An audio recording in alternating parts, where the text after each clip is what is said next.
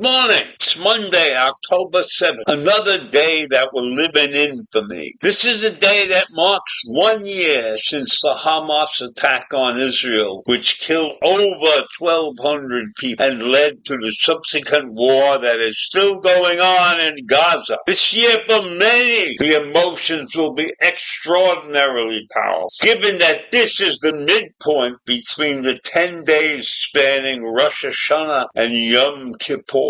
It should be a day of reflection and remembrance, and a day of constant determination that the battle must go on, and that Israel must win this battle.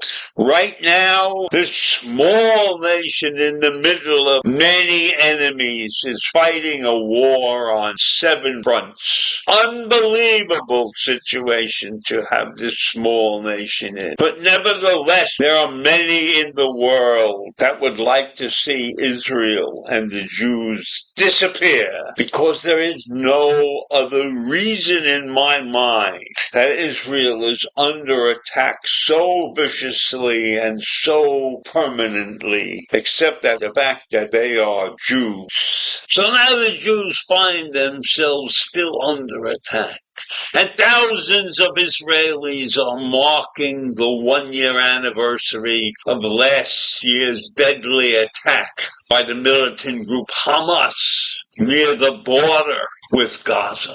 And I don't have to tell you how many people were killed in that attack. So right now, people congregated around memorials on Saturday in southern Israel, near where the attack took place during the outdoor music festival. And there were temperatures in the high 70s, and the dust was blowing continually, while people on Saturday erected photos of loved ones killed or captured during the attack of the music festival. And friends and family members embraced while continuing to call for a return of any remaining hostages. But also on Saturday, we had 40,000 anti-Israel demonstrators march through central London, while thousands gathered in Paris and Rome and Manila and Cape Town, all talking about how evil Israel was. And in Berlin, about 1,000 demonstrators carried Palestinian flags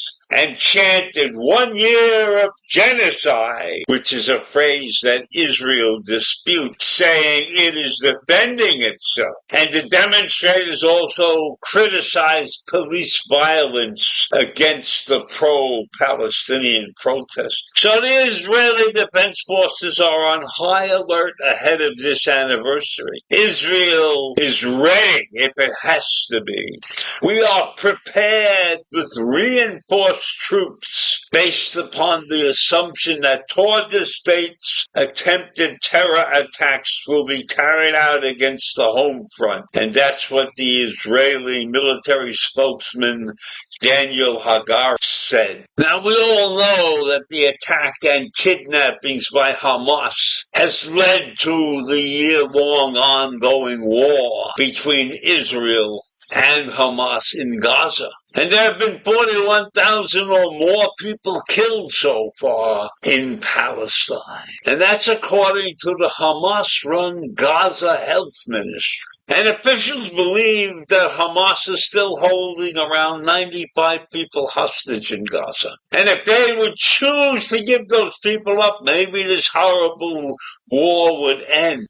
And of that number of 95, at least 33 people have already been confirmed to be dead. And that information is coming from the Israel Defense Forces. And the public continues to cry for the rescuing of the remaining hostages. But that hasn't worked at all. So meanwhile, the fighting continues in Gaza and in southern Lebanon against Hezbollah as Israelis are bracing for the many attacks. And we know they're being attacked on 7 sides right now.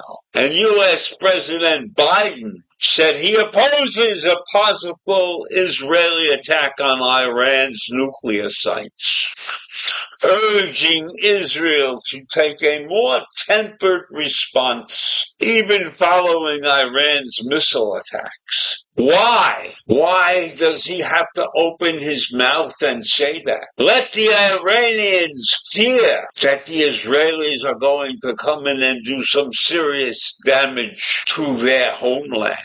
I do not see any reason for Israel to act sympathetically towards Iran, which has mounted the entire region around Israel against Israel.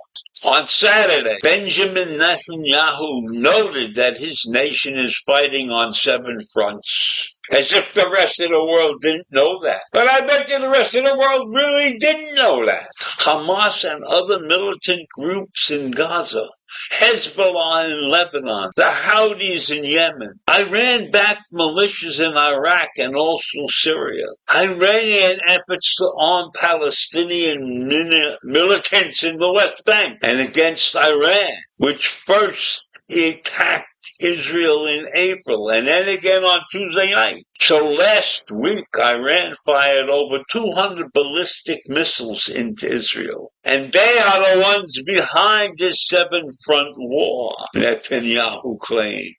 And this wasn't a blind claim. This is the truth. Iran is backing all of these vicious entities to remain in constant battle with Israel. Can this small nation survive that? This is a nation of 7 million people, and the entire continent in that area seems to be against them. Why? Why? Have the Jews not contributed much to the world that they deserve better? No, this is hatred that goes back 5,000 years.